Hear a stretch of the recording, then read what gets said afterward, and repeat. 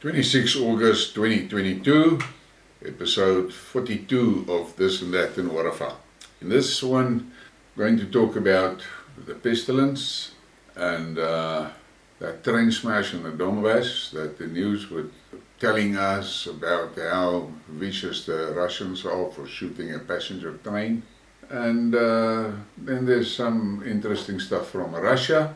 Obviously, I've got some items from the Green Deal that is not so green, and the UK. And yeah, I've got some stuff here from the World Economic Forum.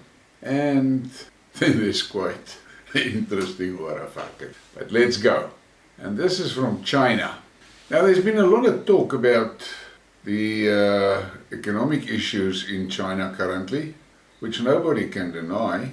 But I think some of the commentators, or not actually commentators, posters, are not so fully aware of what is really going on there. And I've got a funny feeling that many of these guys that post in the social media are making sensational posts without seeing the total picture. Yes, there is problems in China, but you must understand it is a massive thing. So this is one that caught my eye. 388 Yongshui supermarkets closed in China. $11 billion in market value evaporates. According to the Financial World Weekly, 2 outdated stores in Fuzhou Base Camp were recently closed by Yongshui supermarket. And that is a big thing, and it's a hell of a lot of money, but it is a tiny pinprick in the total picture of China. And then we get to the pestilence. And we are in New Zealand. Government must go. Protesters take to the streets denouncing pestilence mandates in New Zealand. Around 2,000 protesters converged on New Zealand's parliament to vent their frustration with the government's pestilence response. And I was wondering many times, why the hell are those people from New Zealand taking so much crap? I mean, that country turned into a totalitarian state with a dictator in charge, and it was brutal. What really concerns me, especially about New Zealand and Australia specifically, they've got massively high percentages of people that have been jabbed. And the things that are coming out now about the long-term effects of that poison, things doesn't look good. And I'm wondering, with such a high percentage of the population being poisoned, what are those countries going to look like in 3 or 4 years' time? And then there is this, and once again, Djokovic. And you can read the whole thing if you want to. The short end of it is that the US has denied him access to play in the US Open. Just the same thing that Australia did. But I think personally that something that is also now counting against him is the fact that he's a Serbian, and we have seen that the United Snakes of America is busy with NATO to stir the shit pot in Kosovo. And then there is this one, and it makes me frown, and it makes me angry. This will surely go down as the most horrific utterances of this whole debacle. We will continue to be your single source of truth, and that, unless you hear it from us, it is not the truth. Jacinda Ardern. What the fuck is that? Who the hell does that woman think she is to make a statement like that? Has New Zealand become a communist country with a dictator in the seat? It looks like it. And then there's this that I cannot understand. According to DC Mayor, unvaccinated students will not be allowed in school, nor will there be virtual learning. They will be denied an education. DC Mayor says no virtual learning, giving unjabbed black teens zero alternative options. And I must say, and then you must forget me if I swear, but these fucking bastards, that is what they are doing. They are destroying the education system. That is one of the missions of the WEF and the globalists. They want the children to be dumb. Americans should be extremely concerned. If you look at the state of their schooling system, and if you look in China, China is literally turning out hundreds of thousands of engineers and scientists per term. And what does the children in America do? They are being taught to hate America, and they are being told that men can have babies. And this is something that Trump has said. And then we get to the Donbass and we get to that train thing. Here in South Africa, the Afrikaans news service on TV made a very emotional article about this and how horrific it was that the train was bombed and 20 people died. And it was almost a tearjerker. But what they didn't say, point number one, that train were transporting military equipment that the West has given to Ukraine, and there were passenger cars in that train, and that passenger car was loaded with mercenaries. But I give you the story, the vicious Russians bombing a train. A video of an AFU convoy destroyed by the Russian forces using Iskander. Mostly the wagons carrying personnel were hit, but some platforms carrying supply vehicles which were not hit by the blast survived. The wagons were loaded with reservists, most of whom died instantly. And then there's more, and in this picture I have a few pro-Ukrainians that follow me. Are you guys done getting lied to?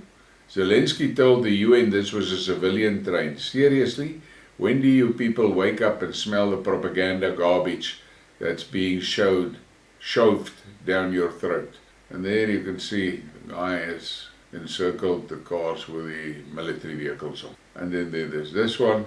These shots show a train from AFU reservists destroyed on August 24 by a Russian Iskander. As we reported yesterday, as a result of a direct hit by the Iskander missile on a military echelon at the Chaplino railway station in the Dnepropetrovsk region, more than 200 servicemen of the reserve of the armed forces of Ukraine and 10 units of military equipment were destroyed on their way to the combat zone in Donbass. That was a military target. And then we get to one of my favorite topics, the global revolution. Cratering German and French economies drive euro to a 20-year low. Contraction in the German and French economies have pushed the euro to a 20-year low against the dollar, trading at 98.9 as skyrocketing gas prices and spiraling inflation grip the continent. And you must just for a moment think carefully about it. This was all self-inflicted. Self-inflicted. It makes, for me, it's suspicious. Why would people deliberately destroy the European economy? And there's many theories behind it, and there are things I will talk about in a future Skidmark. But if you look at what's happening, there's a deliberate drive to destroy the European economy. For what reason? And then we get to the green stories. This one is just something, look at that invoice, and if you have got an electric car, then you should be concerned. Look at that price to replace the batteries on a Chevy Spark hybrid battery replacement. That is a scary amount. And then there's this about the green buses. Report on electric buses rolling out in Australia and how dangerous they can be bursting into flames. Although they use wind power electricity to recharge, Nine News reported yesterday wind plants require 9 times more minerals than gas-fired plants to be mined. And the madness just continues. And now we're in Russia. Shoigu confirmed the info that a Imar system has been captured in an interview for Russia 1 TV channel. He said it's being tested by defense industry specialists just like other previously captured weapons supplied to the Ukraine from abroad. Now for a long time the Russians were very quiet about this, and now Shoigu has confirmed that they have one. That must make the Americans quite unhappy, put it mildly. And then there's this guy, they brand him a prophet, and he was speaking, it's a long video, I just took a screenshot. Hitler was better than you. Hitler poisoned himself knowing that he had committed villainy. There's no one more treacherous than Americans. Hitler was better than you. Hitler poisoned himself knowing that he had committed villainy. This is really interesting that this prophet says. He paints a picture of Europe that is in trouble. Europe is not only in trouble due to the supremacy power tussle between Russia and America, the mother of all troubles for Europe is the business model. For decades, Europe has depended on cheap raw materials from Africa, which is mostly stolen in connivance with African political elites. That business model is now obsolete because a new generation of African leaders and citizens who will end new colonialism is emerging. That would be a death knell for Europe or Imperial Europe or Western Europe.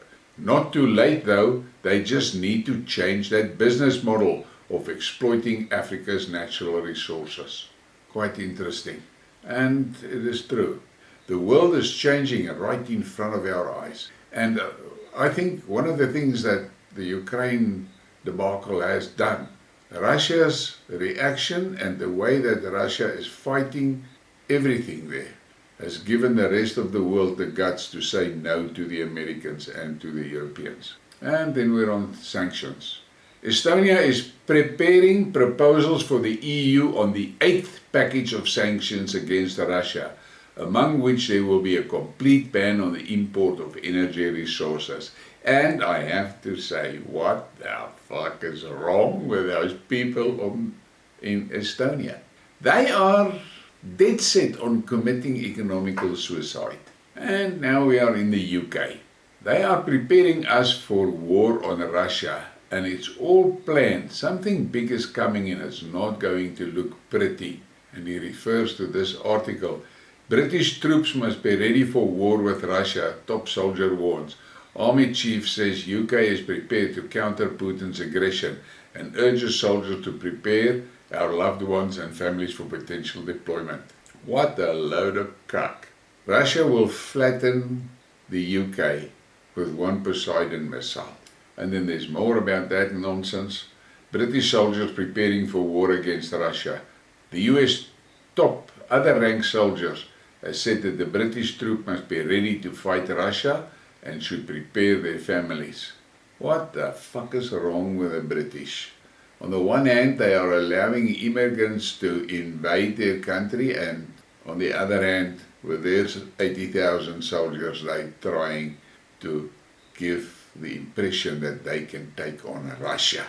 They are going to see their asses. And yeah, you can pause this thing if you want to read it. Britain must be prepared to go to war with Russia.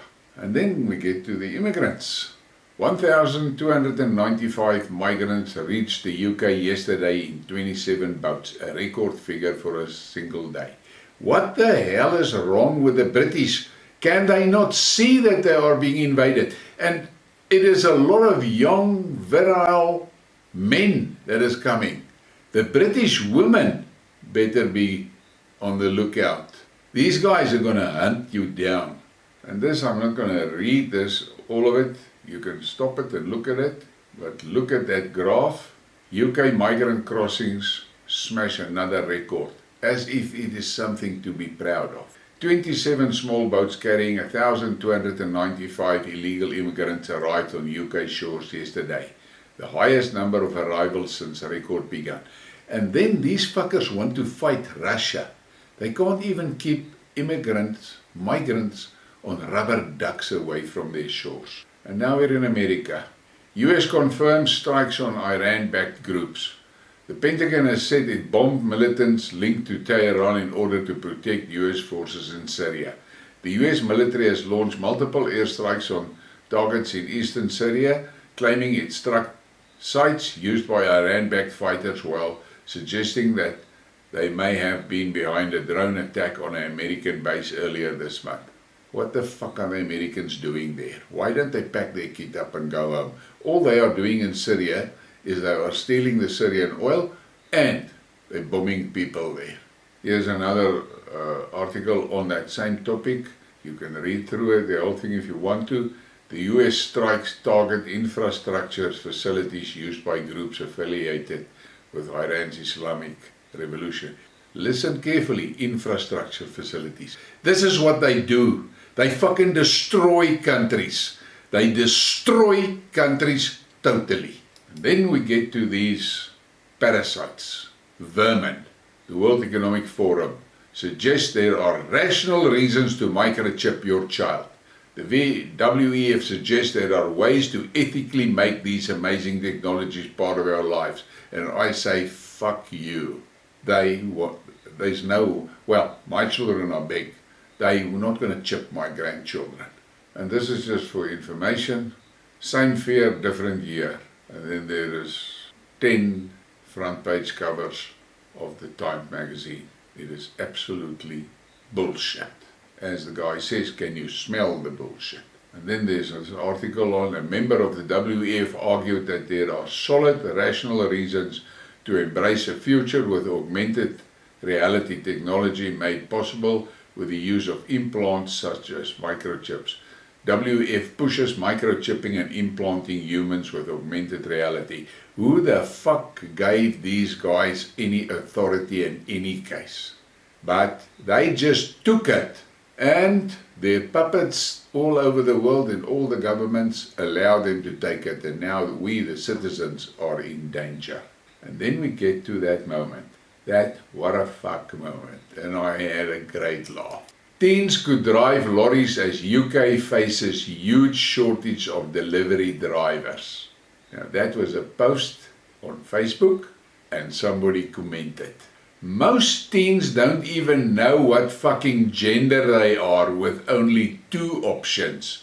Imagine how fucking confused they're going to be with 14 fucking gears. And that is a perfect one. I love it. And while we're smiling, hit the like, hit the subscribe, and share the thing, and thanks for your support.